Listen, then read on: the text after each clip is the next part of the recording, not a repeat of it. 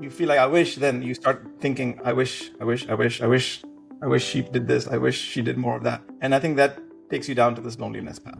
Most people, at least in India, the youngsters, when they get married, they have absolutely no clue what is a marriage. We love each other, we do all these things together, we have kids, we have common pursuits, we are going to the same in the same direction. Yeah. Why are you lonely? So love is a feeling which no one has been able to describe precisely.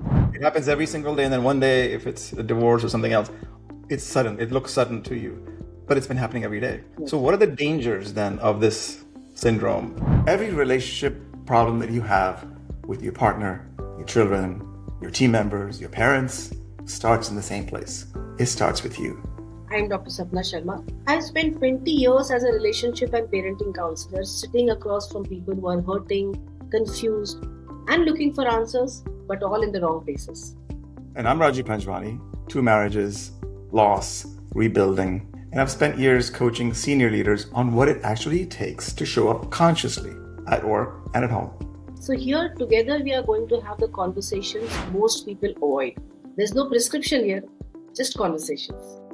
About love, about marriage, heartbreaks, and what it really takes to grow. We hope this strikes a chord with you, and we hope you join us. This is the Relationships and Marriage Podcast. Welcome once again to the Relationships and Marriage Podcast. I'm Dr. Sapna Sharma from India, and we have Raju Panjwani from US. We are taking up interesting topics related to marriage and relationships, and just talking about it. There's no prescription here.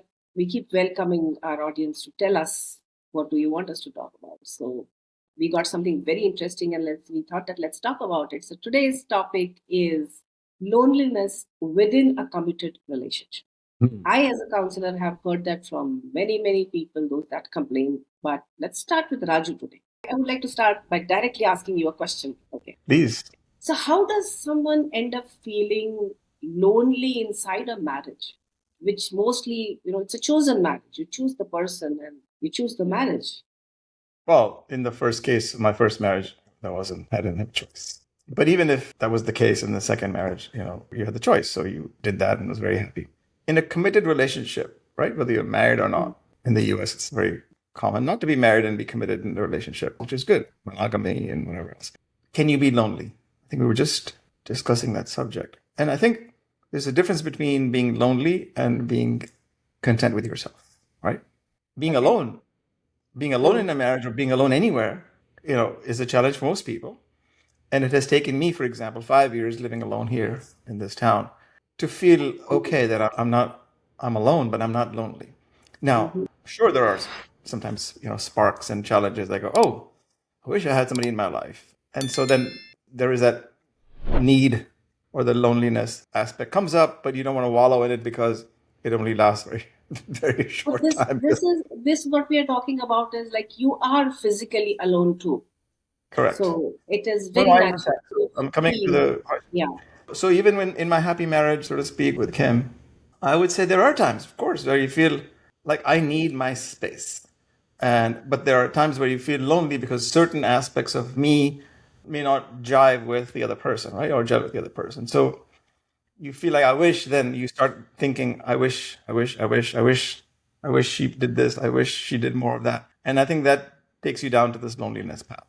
And I think there are many marriages I also know that are the person, one of the couples is very lonely, and they've shared that. And I've suggested that they go really get some counseling because that's not a healthy place to be for very long.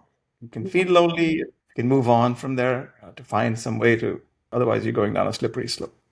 In my counseling sessions, I often meet individuals who are married. In India, I would definitely like to take this topic in context of marriage.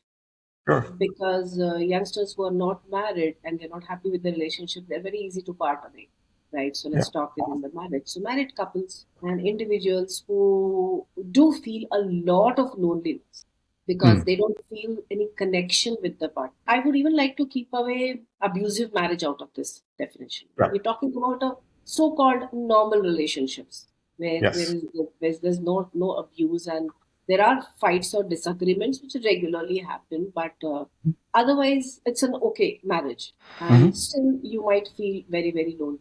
That's very common. That's very common. And what I have come to understand is the loneliness is not because of the other person.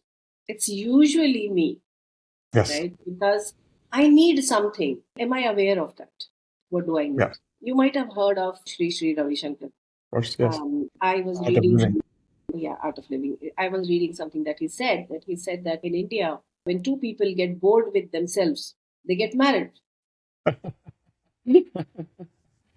And then they put the expectations of their happiness and the taking care The of other their board person. on the other person, the responsibilities of the other person. And that precisely describes that why this kind of loneliness inside a marriage. Because most of us are hardly aware of who am I before getting into it. And Yes. many of us are, even after 2, 3, 5 relationships, are still not ventured into thinking, what do I really want? Hmm. Even while I'm hopping from one relationship to another, but if I'm not getting that happiness, satisfaction, whatever, how long should I be blaming the other person? Right. If I don't know how to be contented, if I don't know how to be happy, wherever I am, I'm going to feel lonely and I'm going to feel misunderstood. Yes. We always blame as something outside of us, but the common theme in all the things we've been talking about is the fact that it comes down to you, the person yourself. Right. And it is time. The only way to make that change, obviously seeking counseling is fundamental to this, but what you will get out of that is really the fact that ultimately you are responsible for you and how you feel. So your thoughts and your feelings. I think I told you that I read some part of this book, this little book called As a Man Thinketh by James Allen. Mm-hmm. And everything is about thought. And your feelings are driven by thoughts and vice versa. So, whatever we want to do in our lives, and if you can define, as you say, what you want in this relationship, maybe you have a way out, because constantly putting the blame on somebody else. So let me ask you though, why do partners stop sharing their inner world with each other? Because if that is a solution, potentially, why do they do that? I know there are a zillion reasons for it, but just generally, what do you observe? There's no one particular reason. Mm-hmm. If you feel understood, you share in any relationship. Where you Yeah. feel you are not understood, number one, where you feel that you are attacked, where you see that your thoughts, ideas, or feelings are used against you, Mm-hmm. again, repeatedly to tell you, you are like this is the kind of person you are. Or your thoughts, your feelings are being shared outside the marriage with someone, Mm. right? Different kinds So, of things which somehow which has made me now not talk, not share, got it. right? So this can be different kinds of reasons, but to begin with, what I'm seeing since my work with married couples over the last 20 years is most people, at least in India, the youngsters, when they get married, they have absolutely no clue what is a marriage, Mm. That's right. right? It's all about the butterflies in the stomach when you meet someone initially, Mm-hmm. and then you want to spend a lot of time with that person. That's when you decide to get married. The very, very sad thing is, I don't see any adults in the house telling their children about what marriage is going to be. The once the marriage is decided, either first there's a fight about whether you marry this person or you don't marry this person. Once that is settled, when you decide that, okay, there's going to be a wedding, then everything is about the wedding. Yep. How many guests and how many functions, and you need a cocktail party. And so in India, every marriage is a Bollywood marriage. Every wedding is a Bollywood wedding. So Yep. they have all the functions Sure. and how many people would come, and how would we dance, and we should have a choreographer to set our dance and all of those things. And amongst all of this thing, I don't see anyone talking to the bride or groom about, do you know what you're getting into? What do you expect from a marriage? What do you expect from a spouse? Right? Can you communicate? It's such a simple thing, we talk, but can we communicate? Which I'm sure that you're aware, because of that's what you're working on also, is largely missing in our development, is to communicate so that the other person understands and the other person receives. Right. So all of these things are largely missing right in the beginning of the marriage. Few people who have based their coming together on their great communication and talking and sharing and everything, they might have a better beginning. But most of the people have very unnatural expectations from the spouse. So that is maybe the fundamental reason why we go through all these different topics here. We just, that those breaks start happening right in the beginning. Sure. Right in the beginning, those breaks start happening. And it is said that it requires minimum 7 years for a couple to get to know each other properly and then get into that smooth ride.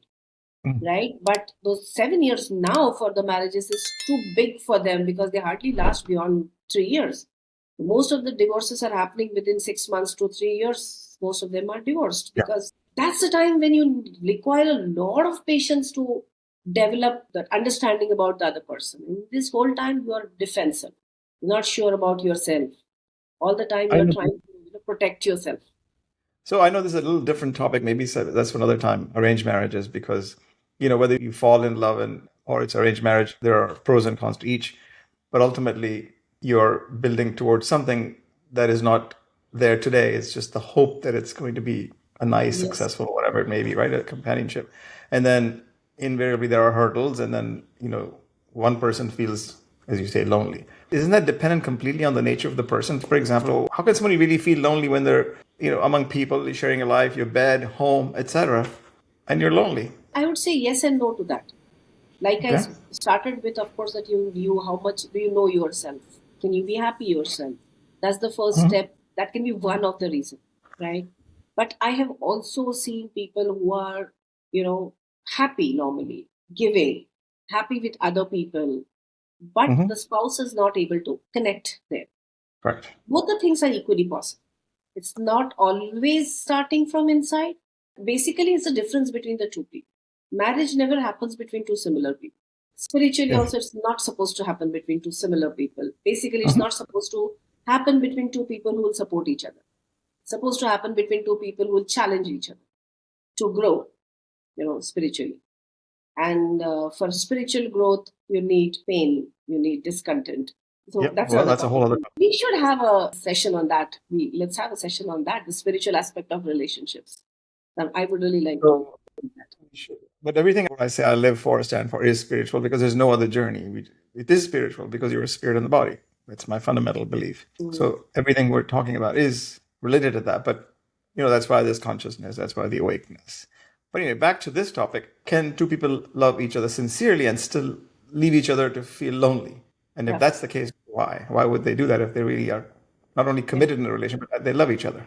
That would happen because you love the other person, but maybe you don't understand them, and vice versa. Right? Love is a feeling. Love is also a habit. Love is also a habit. In relationships, often just the habit is called love. Why people keep on going back to the toxic relationship after quitting again and again is because they can't overcome the habit of it and they call it love, right? So Explain more of the audience, a little bit more, because why do you say love is also a habit? so love is a feeling which is no one has been able to describe precisely, that Correct. this is love. If you're feeling this, then this is love. Love is a Yeah. lot of physical attraction. Love is a lot of liking for the person. Love is a lot of respect for the person. Love is just being happy around them. Love is being happy to do something for the other person. So there are different aspects of things which can be put together and called love. And Mhm. not always all the aspects are there. Sometimes it's just the physical attraction. Sometimes it's just the knight in shining armor syndrome, which people end Mhm. up feeling as love, that, I want to make someone's life better, Yeah. which is an inherent need. Many a times, many aspects, all the aspects of love hardly exist at the same time, right? Mhm. So you may feel that you love the other person, but it is not essential that you understand them, you accept them for what they are, and you cherish them for what they are. That part is that might still be missing. And then I Right. have seen that when you've been with someone for a very, very long time, especially in a premarital relationship, when you're not married, but you're living apart, and you're just used to this person calling you up, they're seeing their morning, evening messages. Good morning, good evening, good afternoon. Did you eat food? Did you do that? Did you do this? But if there are other aspects which are toxic about the relationship and you want to get out of the relationship, after you get out of the relationship, what you miss is actually this: what do I do with my time now? Mm. Right? And I start calling that love. I cannot live without. But that's habit. I see. That's Okay, habit. So good. that's what I was referring to. So any of these aspects can be there which I can call love. Right? But if the understanding is not there, if the desire to accept that person as he or she is not there, then eventually you grow apart. Even if you feel for each Yep. other and you know that you don't want to be without each other, but you don't know how to connect anymore. Right. Also, one of the reasons is, if in the initial days of marriage, for various reasons, an awkwardness has set up between the couple, which is very common. Very, very, very common in India, especially because we don't talk about sex. We have sex, we have children, but we don't talk about sex, right? So there's a Right. severe awkwardness among the couple regarding physical relation. So if you are later not satisfied or something is missing, or you can't talk about it. There's we don't talk things about money. We just these are like taboo. Exactly. Exactly. Sometimes the issues might have happened in the initial days because of the in-laws or because of what happened during the wedding festival. A lot of Yeah. things might have said something, and if they are not talked out, if they are Yeah. not, there's not been clear conversations and they've not been cleared out, for the period of time, you start building image of the other person around that incident. Correct. Slowly that grows so big that you cannot connect. True. But is it easy to say, admit to yourself, I am lonely in this marriage or in this relationship? Go back to the idea of loneliness versus aloneness in a marriage.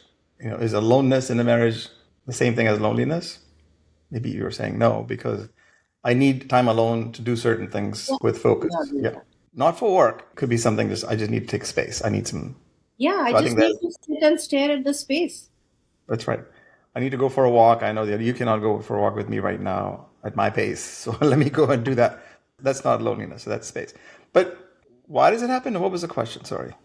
Yeah, the question is that is it easy to admit to yourself that this is what is happening and I'm lonely? Well, I think it's easy for me increasingly, yes.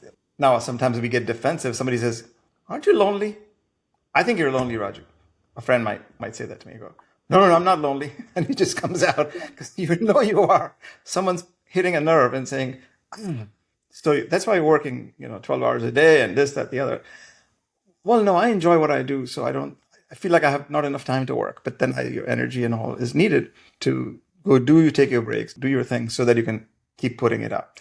But yes, there are times where it's lonely. And then can I, in a relationship, tell somebody I'm feeling lonely because of you?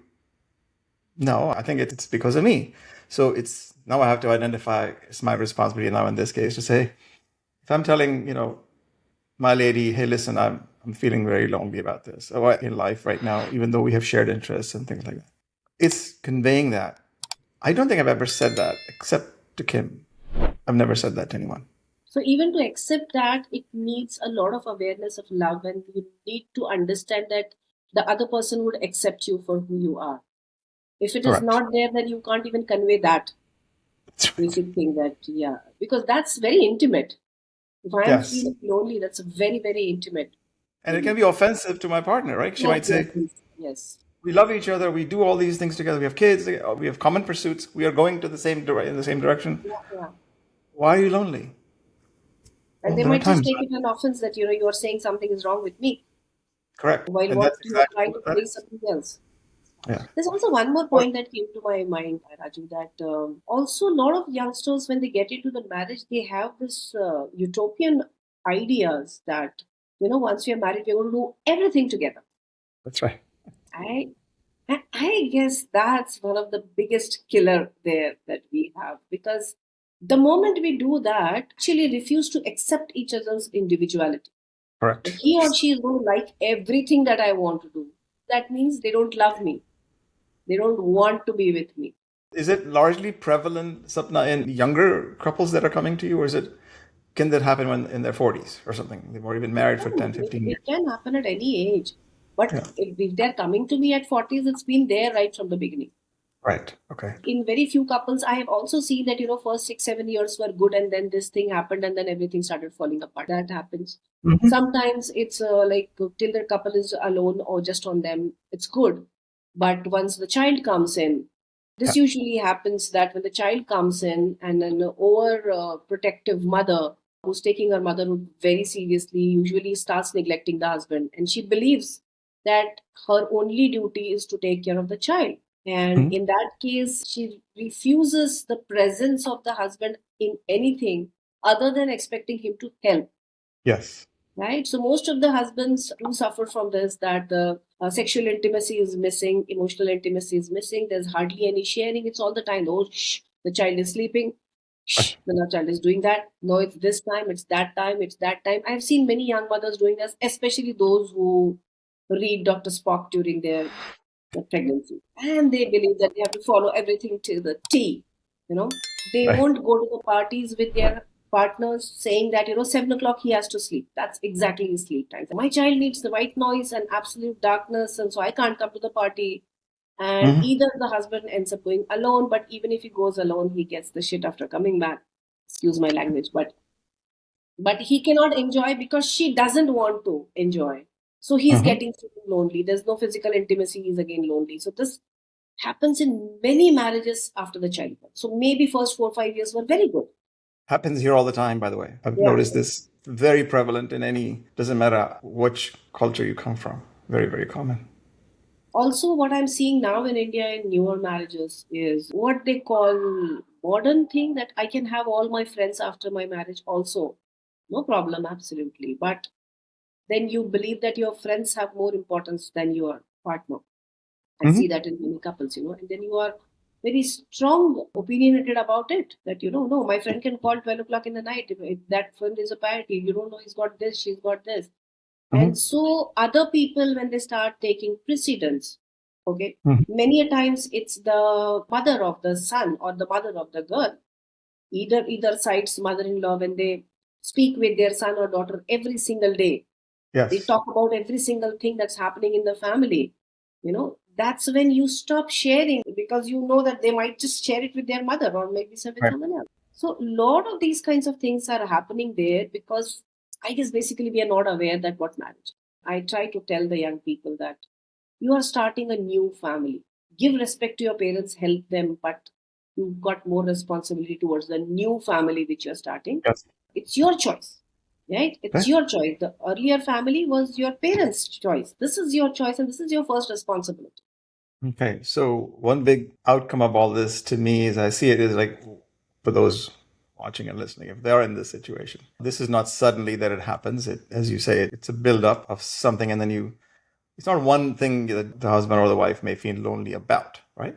But it happens over time. It happens every single day, and then one day, if it's a divorce or something else, it's sudden. It looks sudden to you, but it's been happening every day. Yes. So, what are the dangers then of this syndrome when you're in a committed relationship like this? And it's so easy to feel like the child is taking precedence, and I'm the man, and I just don't get any time with you, and then starts to build, right? As we said. Mm. So what are the dangers of this loneliness that I might be in?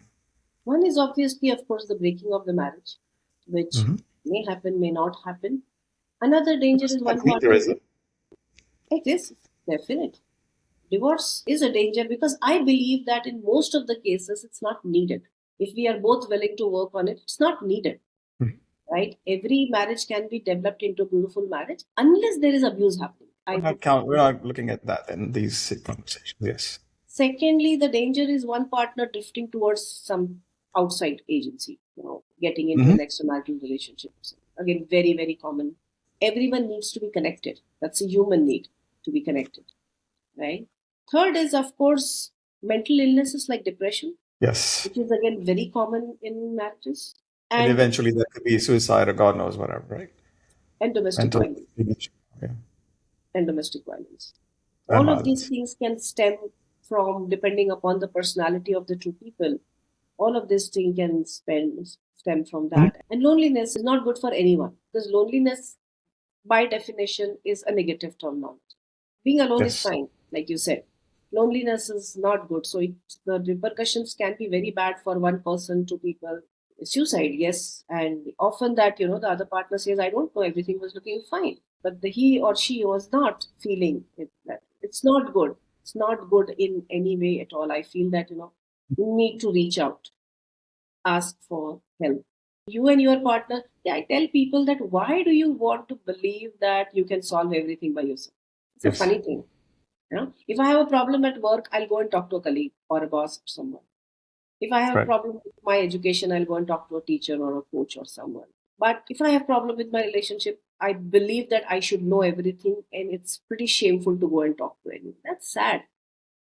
Yep. I think Relationships don't come with manuals. life doesn't come with a user manual, right? Absolutely. When you're born, even your parent doesn't know with a child at lunch, We no matter how need much they've read. help. Everyone needs help, and I try to remind people that it's just extending your hand to hold someone else's hand, because That's sometime in other you will be doing that to someone else. You'll be extending your hand to other people also. nothing to be As ashamed you of should. asking for help. Yes. So I have sought help for loneliness. Yes, I have. To the point. Because it's necessary for me. Because for me, connection is important. And if I am not connected with anybody, then I need to find a way to talk through my awareness and Right. why I feel, not why I feel what I feel, but I feel whatever I feel. And therefore, some light can be shed by, in my blind spots. And I think that's very, very necessary to prevent all the things you just talked about. Depression and this. And that. One important point just came to my mind: the difference between a woman being lonely in a marriage and a man being lonely in a marriage. Ah, Women by nature can connect with anyone and share. If my marriage is not okay, I would be talking to maybe my mother, a sister, cousin, someone, a friend if I or meet. neighbor, If I meet, sorry, or a neighbor. anyone, yeah, anyone, right? So that reduces my loneliness in some way because I am able to pour my heart out somewhere. Men, by the way of the social structure, believe Mhm. that if their marriage is not working, it's a personal failure. So they would Yes. not like to even let anyone know that there is something someone like wrong with their marriage. So they keep it a lot inside them. It's more dangerous for men to be going through this loneliness. Well, to that point, I think in the modern era, I think we touched on it a couple of episodes ago. The strength of women that's been a focus for this generation or two, sometimes isolates men. And so men are really in need of a lot of help, frankly. And for a Absolutely, man to absolutely, acknowledge that is so hard. Like, I need help. No, I'm the strong, I'm the macho, or whatever. absolutely. That has happened. And I think this is also then becomes a sign of weakness that I'm weak. I don't need help. As you say, we have both feminine and I was speaking at a Women's Day program yesterday, and this is what I was focusing on, that the biggest strength of a woman is that I can cry. yes. I can cry anywhere. I can tell my story to anyone. I can sit on a bus stand and I meet someone and I pour my heart out, I cry, and I'm strong again and back. Unfortunately, our society does not permit that to men. I don't care. I That's a, cry all the time. yeah, that's a good I thing. cry, I shed. Very be blessed for that. It's an amazing thing to cry. Sometimes I feel that you should cry without reason also. Just makes you feel very, very good. Absolutely. I turn on this show called This Is Us just to cry Yes, because it's it's, beautiful. It's beautiful.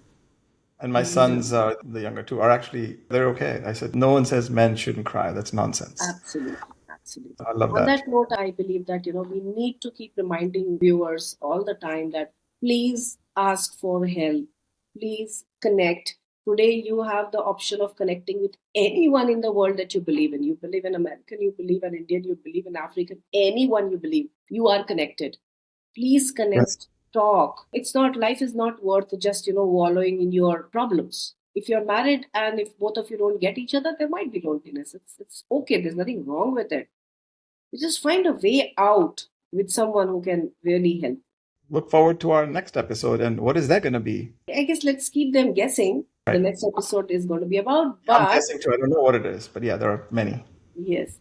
But of course, we need to remind them that please share with us what is it that intrigues you? What is it that you may be going through your life or observing it in someone else's life? Something that you would like us to talk about, and let's connect. Sounds great. We look forward to your communication with us. See Bye you now. soon. If something in today's conversation stayed with you, well, sit with it. That discomfort is telling you something worth listening to. Before thinking of who needs to hear this and who needs to change, try to introspect. We read every comment and message and reply them personally. Tell us what come up for you. And if someone in your life actually does need to hear this, send it to them. That might be the most important thing you do today. Subscribe so that you never miss a conversation. See you in the next episode.